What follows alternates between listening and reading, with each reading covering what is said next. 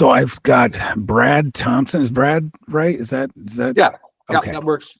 From Clemson University, and I'm going to let him tell you who he is and what he does. Great. Yeah, thank you very much, Bennett. Let me just begin by apologizing to your audience for my gruff appearance. I had surgery a few days ago, and I've got tubes and drains and whatnot hooked up, which means I haven't been able to clean up in a few days. So apologies for that. So yes, I am Brad Thompson. I'm the executive director of the Snow Institute for the Study of Capitalism at Clemson University, formerly the Clemson Institute for the Study of Capitalism, but because of an extraordinary gift from David and Lynette Snow 6 months ago, we changed the name of the institute to the Snow Institute in their honor. The Snow Institute for the Study of Capitalism is America's premier university-based teaching and research center dedicated to exploring the moral foundations of capitalism. So we're not economists. We don't do economics. Some of us are not even interested in economics per se. We're really interested in exploring the historical, moral, and political foundations of capitalism. And I can say a lot more about what that actually means and what the Institute does. But let me also mention that I'm the founder and director of what is now our premier academic program at the Snow Institute and at Clemson University. And that is the Lyceum program. And the Lyceum program is a scholarship program. We now give 20 scholarships per year to incoming freshmen, renewable over 4 years. And in exchange for the scholarship, the students participate in our academic program, which uses a great books approach to studying the history of liberty, capitalism, the American founding, and the principles of moral character. And I can say a lot more about the Lyceum program as well as we go through the program. Yeah, amazing, super competitive program too. How many folks did you have apply for the program this past academic year? Yeah, well, so we began the program 10 years ago, and it happened really, really quickly. And at the time it was me and 2 staff members, and we had no idea what we were doing. And for that first year, we were expecting 30 to 50 applications for a program that nobody in the United States knew anything about. That first year, we had 190 applications from high school students in 20 states. For this year's current freshman class, we had over 1,000 applications from students in 45 states. So the demand for the program, the demand for this kind of education has exploded. And I think that portends really quite interesting things for the future. So that number, which is really quite stunning, tells us that there is a yearning, burning desire of ordinary, everyday Americans across the fruited plain. That's both high school students and maybe even more importantly, their parents, who are done with woke you, done with political correctness, do not want their children censored or indoctrinated at university anymore. And so they're looking for alternatives. And, we filled this space at exactly the right moment. And so, we actually try to limit now the number of applications because it's just, my team is too small.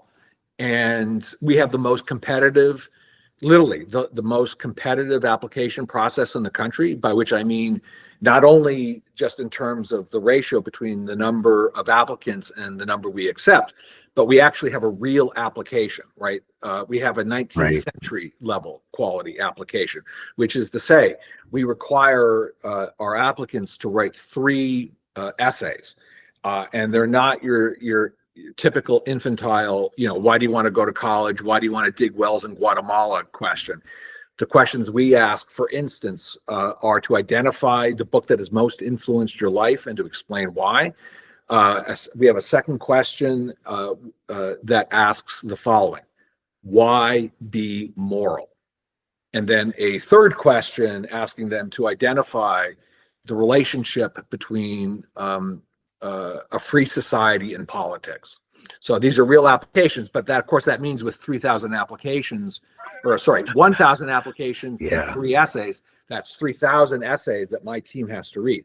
So actually this year we artificially limited the number of applications just because we're just overwhelmed. But the most important thing to say, of course, is that I mean, there is this, I mean, we're at an extraordinary inflection point right now in American higher education, and the traditional mainstream colleges and universities, they are failing in serious ways.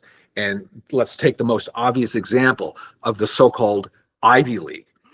The Ivy League is dying. It's dying right in front of us. The Ivy League has become a clown show. And there is a new Ivy League that is forming in the United States south of the Mason-Dixon line. And the new Clemson is the new Harvard. And you have other universities like University of North Carolina, Chapel Hill, University of Florida, University of Tennessee, University of Mississippi, University of Texas. All of these universities have created new academic programs largely modeled on the Snow Institute for the Study of Capitalism and our Lyceum program. And this stuff is spreading. It's spreading like wildfire across America. And you know, as the Ivy League and other elite so-called liberal institutions beclown themselves and are literally putting themselves out of business, and as student demographic, Gen Z demographic numbers decline precipitously, you know, what you're going to have is a remaking of the education landscape over the course of the next 20 years. A lot of colleges, I mean, you know, we're right now, 1 or 2 colleges are closing every other week in the United States. And that trend will not only continue, but it will expand. So a lot of schools are going to go out of business. And a lot of schools right now, just once again, take the Ivy League. Not only are they committing academic suicide, but as you know, there is a movement to defund these universities at the highest levels, and it's happening. Like Columbia just lost $400 million. Yeah. And I entirely support that. Higher education ought to be defunded entirely, in my own view. It ought to be completely 100% defunded. And we ought to introduce some more free market principles into higher education. And if that happens, then traditional higher education in this country is going to change in massive ways over the course of the next 20 years. And the Snow Institute and our Lyceum program, we are leading the way in what I consider to be an academic revolution that is just now starting to take place in the United States. Yeah, I would absolutely agree with you on all that you said. One of the things that I've seen that I love is with articles that you've written in books and whatnot, you've argued that capitalism is the only, what's the word? How did you phrase it? Moral economic system.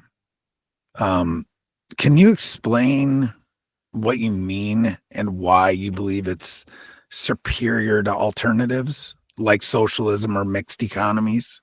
Absolutely.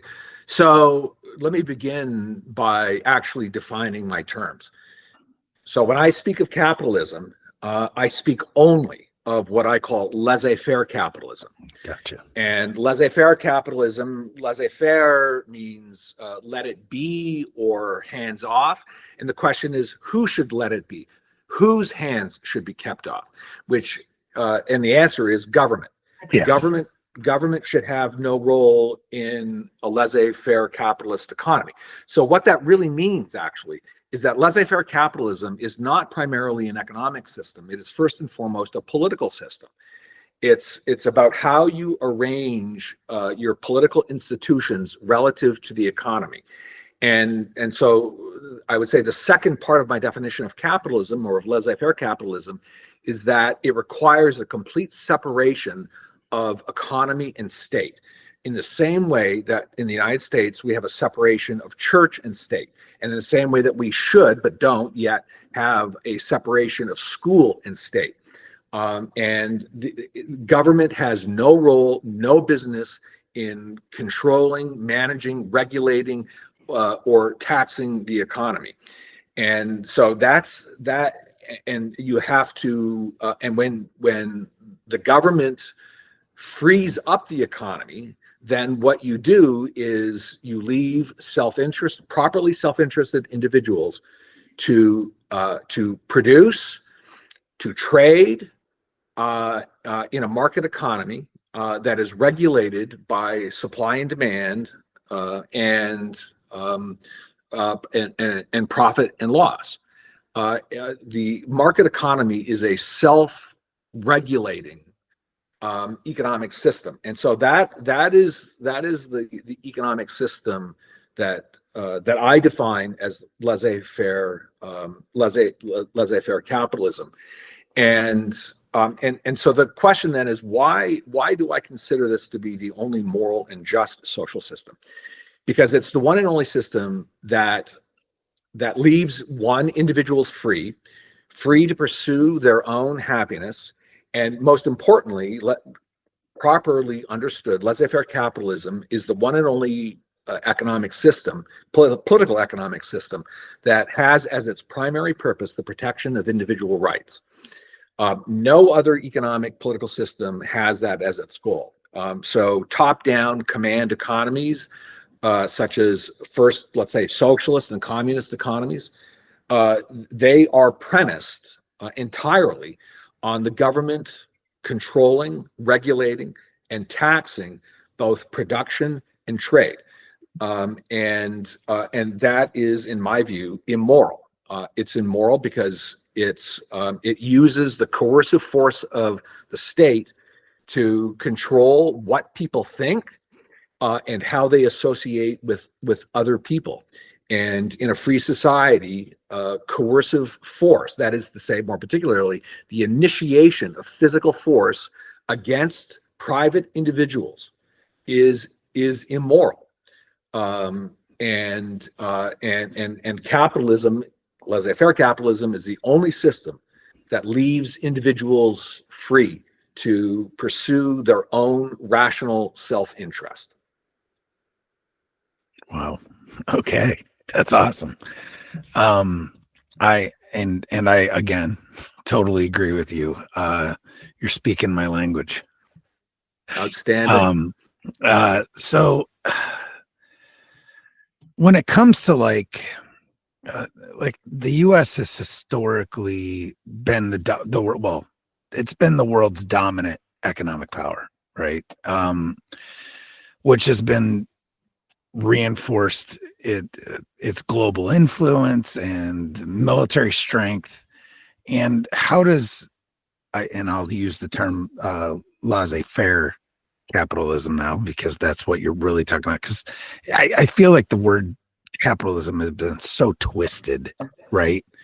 But how does that directly contribute to our national security?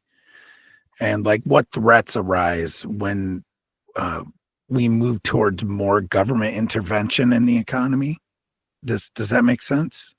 Yeah. So you're asking. Yeah, it's a couple questions there, but yeah. So you're asking me about things that I don't spend a lot of time thinking about. Gotcha. So, but I'm happy to share with you some at least preliminary. Yeah, absolutely. Views. Yeah, right. So in my view, as I said, the only proper purpose of government is to protect the rights of individuals. So what does that mean in terms of the kind of government that you will have in order to protect the rights of individuals? And in my view, there are only three proper functions of government. The first is a police force to protect individuals within society from other individuals in society. You must also, secondly, have a court system, the purpose of which primarily is to adjudicate disputes when conflicts arise, as they always inevitably will, including in a free society, between individuals, because none of us, even the best amongst us, we are not infallible intellectually and morally, nor are we omniscient. We make mistakes, and when we deal with other people, not only do we make mistakes sometimes, but we do not clearly enough communicate our ideas to other people. So, for instance, one of the most important capacities and interests that men have is to trade with one another, to barter, to trade. And over the course of more than 1,000, 2,000 years, Western civilization and other civilizations have developed means by which to aid men in not just the transfer of property, but the transfer of property, time, ideas. And we do this through contracts. And the purpose of contracts, right, is to help individuals, right, particularly written contracts, where you lay down the terms of an agreement between two people for mutual gain. Before you had written contracts, as all you had were the faulty memories of individuals, right, which led often, right, to conflict. But even, as even contracts are incomplete, and contracts cannot predict changing circumstances in the future. They're the best mechanism we have, but they're not perfect. And this is one of the roles of a court system in a free society, is to adjudicate disputes between conflicting individuals, not to mention to hear criminal trials and to declare either innocent or guilty people who are accused of crimes. And then finally, and this goes really to your question, the third pillar of government in a free society is national defense, right? In the same way that you have bad guys internally to the country, there are bad foreign actors, particularly foreign states, who on occasion are willing to initiate physical force against a free people. So the question is, what then is the proper role of a military in a free society? And it's pretty simple, although actually it's simple to state but complicated to put into practice. The sole purpose of a military in a free society is to defend the people of a particular country from the initiation of force by an outside country or an outside nation or criminal organization. So my own view then, the way in which that translates into practical military action, it is a position of national defense first, and what that means is defending the country from enemies. Now, obviously, first and foremost, that means defending our borders. When foreign nations, like the increasingly militaristic Canada, thinks that they're going to drop below 5440, just kidding. Yeah, right. And invade the United States in order to prevent them from becoming the 51st state. Just kidding. And and so that's the first purpose of government. But of course, it's more complicated than just one nation invading another, right? There are nations, foreign nations, that have declared intentions, like, for instance, Iran, against the United States, and who commit acts of terrorism and murder against American citizens outside the borders of the United States, in which case the United States not only has a right, but a moral obligation to defend its citizens when they are being attacked outside of the nation.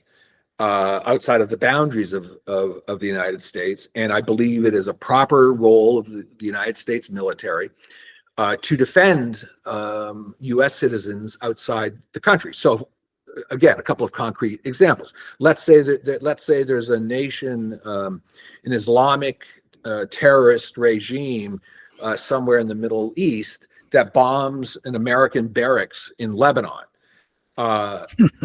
Does the United States have a right to launch military action against said nation?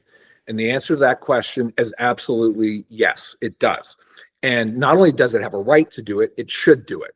Or, for instance, when same said country launches attacks against the American Navy and destroys ships and murders American sailors, that same United States of America has both a right and a moral obligation to defend its citizens.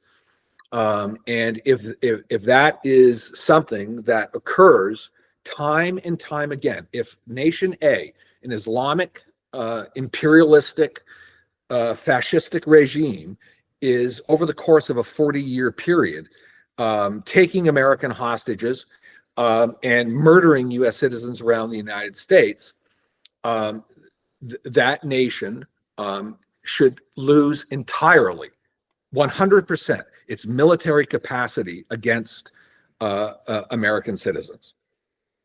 Now, it's happening in Yemen right now too. Yeah, well, really in the Red Sea, right? Yeah. Although what's happening in Yemen is, I mean, once again, the United States, this is a fail. I mean, we're doing what we should be doing without question, because they're launching missiles against private shipping and the U.S. Navy. Yes. So it's absolutely right that we put that to an end immediately. But of course, they're not the source of the problem.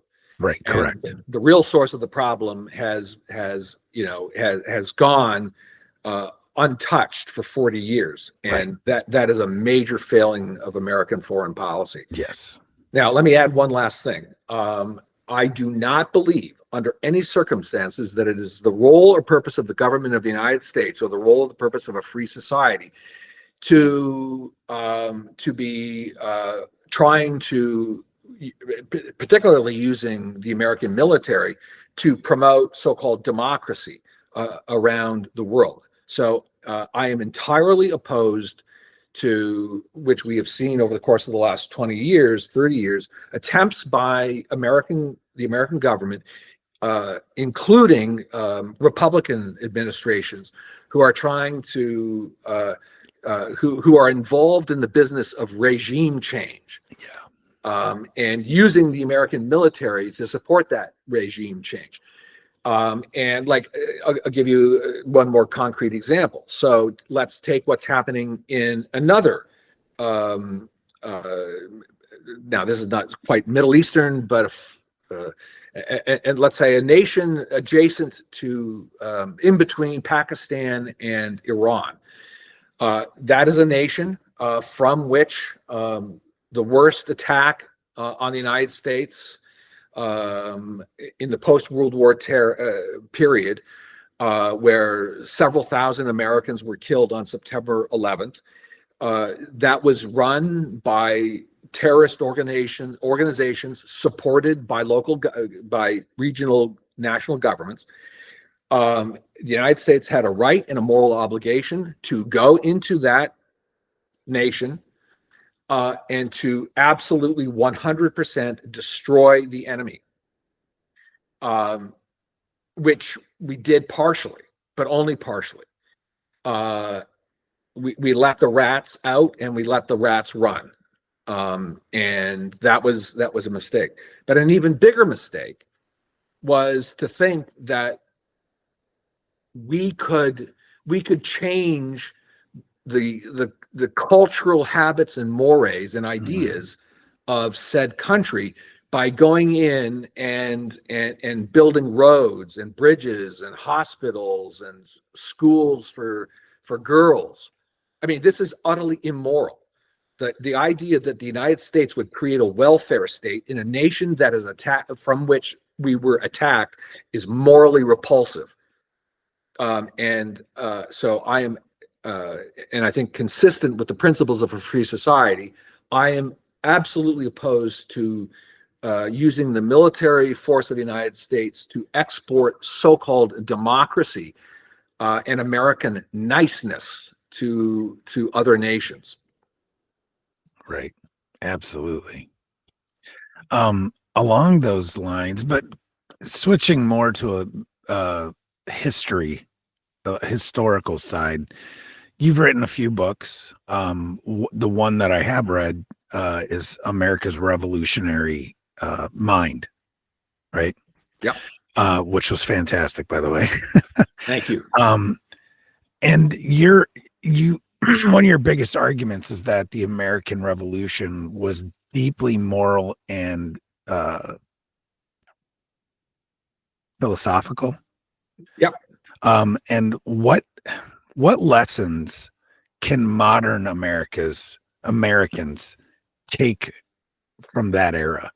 Like, because things are so twisted as we know now, and we kind of look back on that era as, with the good, bad, and the ugly. But what are some lessons that modern Americans can take from that era?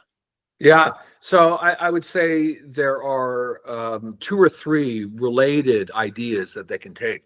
So I'll start at the top, right? So I think first, politically and constitutionally, we should rediscover the founders' understanding of what a free government is, what a free society is. And I think we should restore what I call the laissez-faire Constitution of the United States. The laissez-faire Constitution of the United States created a constitutionally limited government that had really as its purpose what I considered that which I've already identified are the three functions of government, namely defense, justice, and police. And that's effectively what we had with the Constitution of 1788. In the first administrations of George Washington, John Adams, Thomas Jefferson, Madison, Monroe, really almost up until the Civil War, there were only, the only executive branches that we had in the federal government were finance, state, and justice. Yeah. Right. And war. Right. Yeah. And what? Yeah. And yeah, exactly. Department of War. Precisely. Right. And that's what it was called. I love that. The Department of War. Yeah, exactly. Yeah, precisely. So that's number one.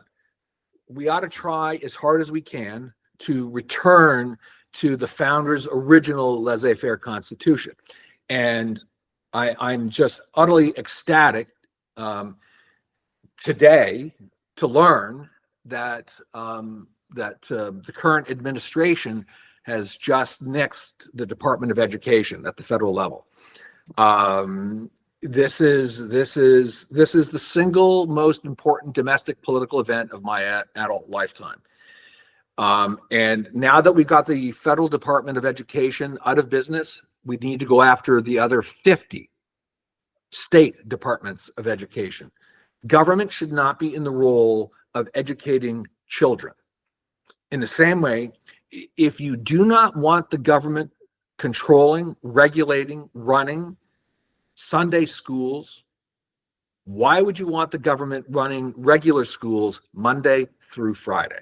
So today was a great day. We got rid of the Department of Education. We've only got about 15 more departments to go to get back to the founder's vision. All right, so that's point one. Point two, we need to rediscover the moral principles of the American Revolution summed up in the Declaration of Independence. We hold these truths to be self-evident. All men are created equal, that they're endowed by their Creator with certain unalienable rights, among which are life, liberty, and the pursuit of happiness. We need to return to those core moral principles, and even more fundamentally, the first the first clause of the second sentence of the Declaration says, "We hold these truths to be self-evident." The founders believed in the concept of truth, truth that is objective, absolute, certain, permanent, and universal. And we need to return to that understanding of truth, and moral truth in particular. Today, in 21st century America, we live in what the hoity-toity, artsy-fartsy, namby-pamby intellectual class refers to as the post-truth world. There is no post-truth, is an oxymoron. Right. We need to return to the founders' conception of individual rights, and more particularly, more fundamentally, even philosophically, their understanding of what truth is.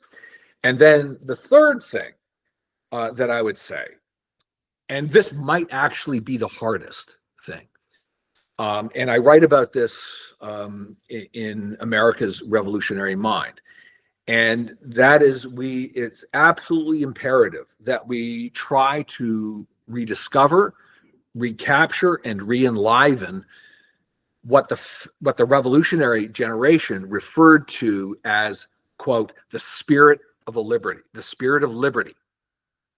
And this spirit of liberty it still exists in the American character, but it is dying. It is dying fast. It has been dying. It has been dying through much of the 20th century and now into the 21st century, and is on life support. What is the spirit of liberty? What was the founders' original understanding of this spirit of liberty? The spirit of liberty is both, it's an idea that men have a right and a moral obligation to live as free individuals. But it's more than just an idea. It's actually putting that idea into practice and actually living as a free person. But in the context of the world in which we live today, it's defending freedom against those who attack freedom, and more particularly defend freedom. So, for instance, let me give you a concrete example. In 1765, the British Parliament passed the so-called Stamp Act. And it was the Stamp Act which really sort of ignited the beginnings of the American, what would become the American Revolution. And if you think back to what happened in 1765, this stamp tax, compared to taxes that we have today, was absolutely minimal. It would be like putting a 2-cent tax on a can of soda. I mean, it was Right. It was a small, tiny, itsy bitsy tax, but the Americans immediately erupted in opposition to it, and they fought it. They fought it every inch of the way, because they believed that if you can pass a 2-penny tax or whatever small minimal tax that you want, then you have given the right to the government in the future to pass any size tax that it wants. And the Americans believed, as a core principle, that in the principle of no taxation without representation. And of course, connected to the Stamp Act was the fact that they were not represented in Parliament. And so the spirit of liberty says you cannot allow the government to establish any kind of precedent that would eventually, year after year, decade after decade, slowly erode your principles. In other words, fight, fight, fight, and fight now. That's the spirit of American liberty. And that spirit, as I said, the flame of liberty in this country is slowly going out. And for that flame to be restored into not just the flame of a candle, but into a roaring fire, we have to rediscover that original spirit of American liberty. Yes, absolutely agree. And with that, I have 4 daughters. The oldest is 30, the youngest is 16. And really, I mean, our generation, we can do stuff and fight the good fight and to try and restore that fire and throw fuel on it, right? But considering all this, what are your, and not necessarily just yours, but what do you see as the biggest challenges in teaching young people about the virtues of capitalism in an area where that we've been in, with whether it's collectivist ideas and socialism, communism, where these are increasingly popular? I feel like stuff is coming up against these now, but what are those biggest challenges? Yeah. So, I mean, the biggest challenge of all is that the postmodern left has captured all, and I mean all, of the idea, opinion, and culture forming institutions in the United States. They can, most importantly, the left has a total monopoly, a hammerlock on American higher education. And if it has a hammerlock on American higher education, that means it also has a hammerlock on K-12 education. So let's just stick with education. Never mind all of the other, Absolutely. cultural institutions in the United States, right? So when you control the opinion forming institutions of a nation, ideas have consequences. Those ideas have, in the universities, have trickled down into the K-12 government schools, and from there they trickle down into the rest of the culture. So over the course of the last 100 years, with the left completely dominating the universities and the K-12 education system, and they do it through both indoctrination and censorship, they have literally changed the intellectual and moral culture of the nation. So, but which is absolutely dire. But to quote an old line from the 1950s anti-communist Hungarians, situation hopeless, not yet bad. Right? Right. Right. And what that means, though, I mean, as ominous as that sounds, there's actually, in that phrase, there's a glimmer of hope. And the glimmer of hope is that free men they cannot give up. We have to fight, fight, fight every single day for freedom. Now, let me explain a little bit more about how this has influenced the culture and what has to be done to counter it. So the first thing I would say is, let me pick on wealthy conservatives. If you think that you're going to change America by donating tens of thousands, hundreds of thousands, millions of dollars to the Republican Party, you're an idiot. You are not going to change anything. The only thing you're going to get is more of the deep state, right? Of what we already have. Right. Exactly. If you want to change the culture, if you want to create a free society for your children, grandchildren, and great-grandchildren, stop giving money to politics and political concerns. And you have to identify those organizations and those institutions that are involved in opinion forming, trying to shape the intellectual culture of the nation. So obviously, not surprisingly, I would say, if you are such a person and you want a future for your grandchildren, and you have disposable means, then rather than giving to the Republican Party, you should be giving your money to the Snow Institute for the Study of Capitalism, because we are retaking American higher education, which is the single most important thing that has to be done. So let me explain this a little bit more. Over the course of the last 100 years, the left has captured, in the battle of ideas, particularly the battle of ideas over capitalism, the left has captured the moral high ground, whereas conservatives and libertarians have captured the economic high ground. Conservatives and libertarians argue that capitalism is the best economic system ever devised by man because it's the most productive and efficient, which is 100% true. The problem with that argument, of course, is that Karl Marx knew that and said it in the Communist Manifesto. The problem with capitalism from Marx's perspective is that it's immoral and unjust.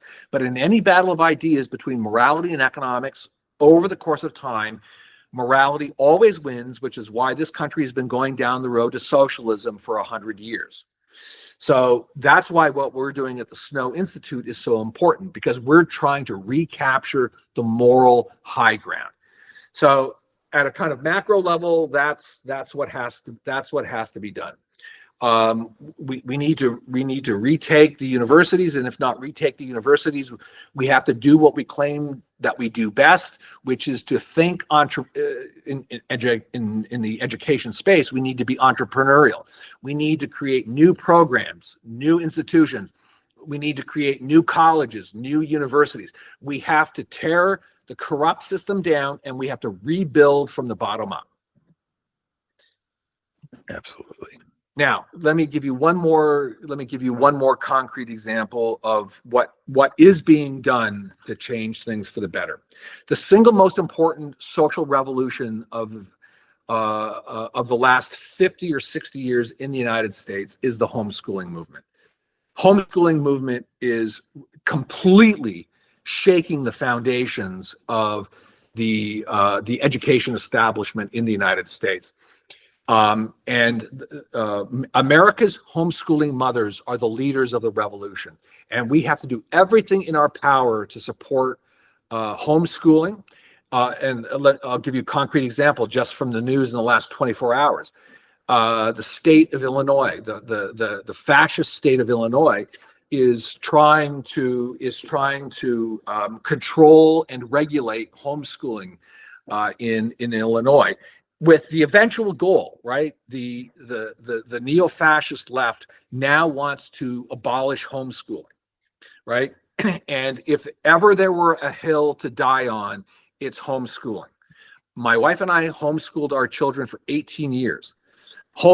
If it ever gets to the point where homeschooling is outlawed, I will go to jail and I will go on a starvation strike to oppose it. For me personally, this is the one issue that I will go to the mat for. Totally. Yes, agreed. I wish I had done it. I guess is what that really comes down to. And that's one of my biggest, I guess you could call it a regret in life, is that I didn't institute that earlier, So we're getting there on time, but one of the questions I really wanted to ask you, and this goes, it just runs in perfectly, is obviously intellectuals play a major role in shaping culture.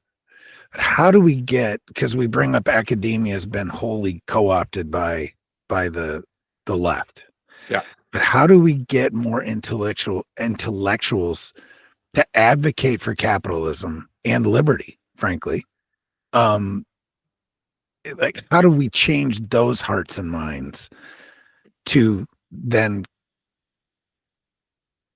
help with changing the hearts and minds of the populace? Yeah. So again, sorry for the self-promotion. No, absolutely. Yeah. That's and this is why we're here, and this is why we came to you, because you're one of the only people doing it. Yeah. Yeah. If not the. Yeah. No, exactly. So at the Snow Institute for the Study of Capitalism, and more particularly in our Lyceum program, let me talk about the outputs. We have a very entirely unlike American higher education, we have a very clear vision of the kind of human being that we want to educate, and we have a very clear vision of the outcomes, the kinds of students, the kinds of young men and women that we want to produce in our program. And we want to produce young men and women of high moral character to be active citizens of a free society. That's what we want to do. And our curriculum is designed entirely around that goal. So so in the Lyceum program, students are required to take 8 classes. Let me list 4. Freshman year, they do a course called Wisdom of the Ancients, a course in ancient Greek and Roman moral thought. Second year, they do a course on the political theory of capitalism. No other course in America like it. Junior year, course on the political thought of the American founding. And then senior year, the capstone course is Wisdom of the Moderns, a course in modern moral thought that examines mostly literature, Shakespeare, Jane Austen, Dostoevsky, and Ayn Rand's novel, The Fountainhead. And all of these courses, in one way or another, are concerned not only with introducing students to ideas that they may have never heard about before, particularly, let's say, relative to capitalism, or on the American founding, right? We don't teach that America's founding fathers were racist, sexist, and homophobic, for instance. We teach that America's founding fathers were intellectual and moral giants. They were heroes, and they created the freest nation in the history of the world. And I should also add, this is actually really important. Maybe the single most unique feature of the Lyceum program is what we call the Socratic tutor program. So each one of our Lyceum scholars every semester is assigned what we call a Socratic tutor, faculty member connected to the program. And the Socratic tutor will meet with his or her students individually every other week for over an hour, the purpose of which is twofold.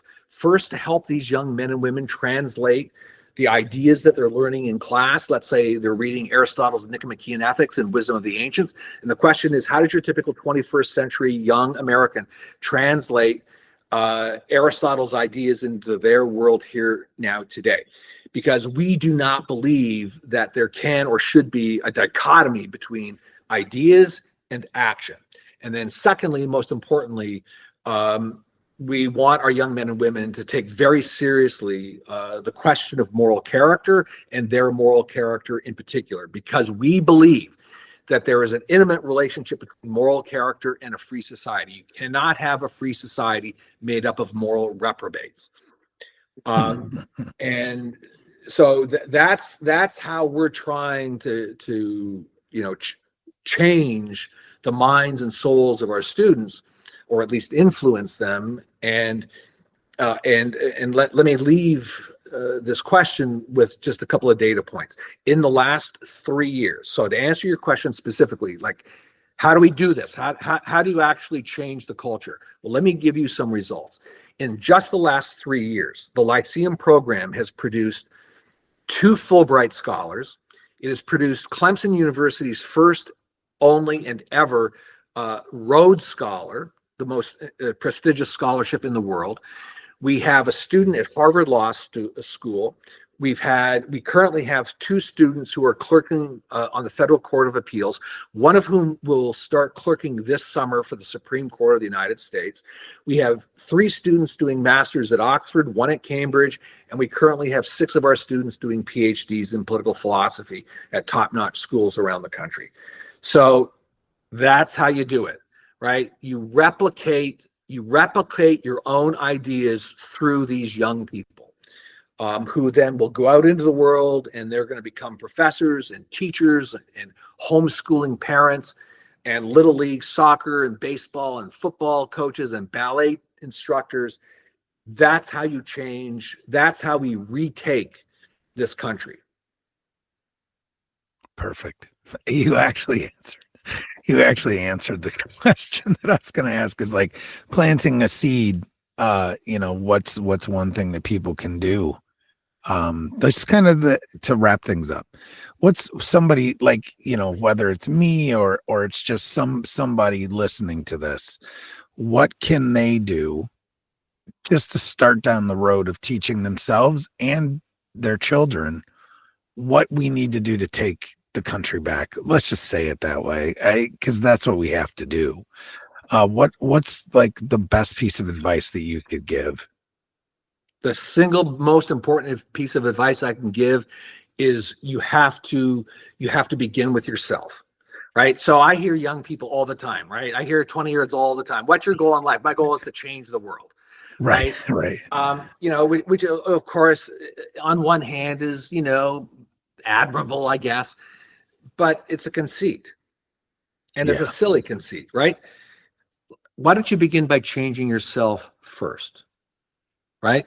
So if we are to be a nation of free self-governing people, you have to learn how to govern yourself first. And this is as true for 60-year-olds as it is for 16-year-olds, Yeah. right? You have to retake control of your own moral life.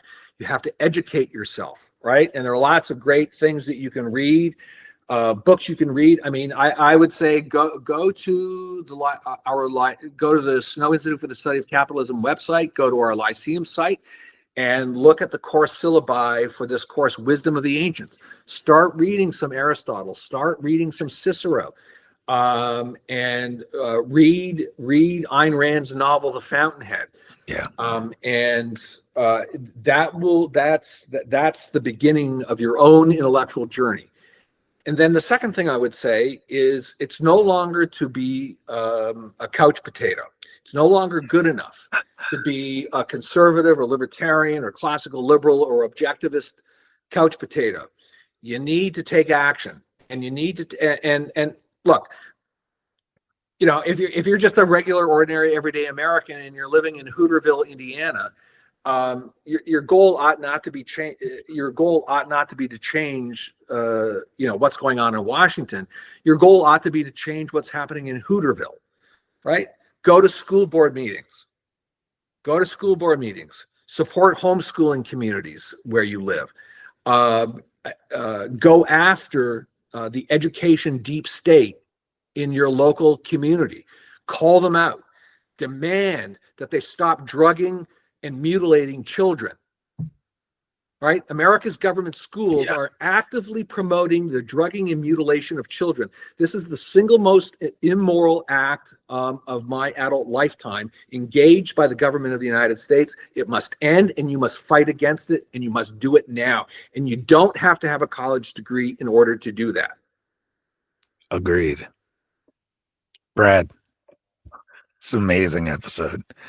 And tell everyone where they can find you. I know we've talked about it over and over again, but again, all the links and whatnot. Yeah, absolutely. So at the macro level, I would say go to the website of the Snow Institute for the Study of Capitalism at Clemson University. And if you want to dig more deeply, go to the Lyceum page of the website. And at the micro level for Brad Thompson personally, I'm on Twitter or X. I don't know what my Twitter handle is or X handle, but either way, I'll find it and put it. Yeah, it's C Bradley Thompson. Okay. And I also run a website, an education website called EdWatch Daily. That's EdWatch Daily, one word.com. But most importantly, if you want to learn more about my views on a variety of subjects, I have a Substack, and the Substack is named The Redneck Intellectual. Nice. So just Google The Redneck. It's actually, the URL is all one word, theredneckintellectual.com. Okay. Awesome. I thank you so much for coming on. It's a pleasure meeting you, and we need to do it again some point. Absolutely, Bennett. This was really fun. I enjoyed it very much. I'd be happy to do it again. Maybe one of the things that we can think about doing is having you come down to Clemson and do a podcast from down here, which might broaden your audience a little bit. Absolutely, for sure. I'm always open to it. Cool. All right.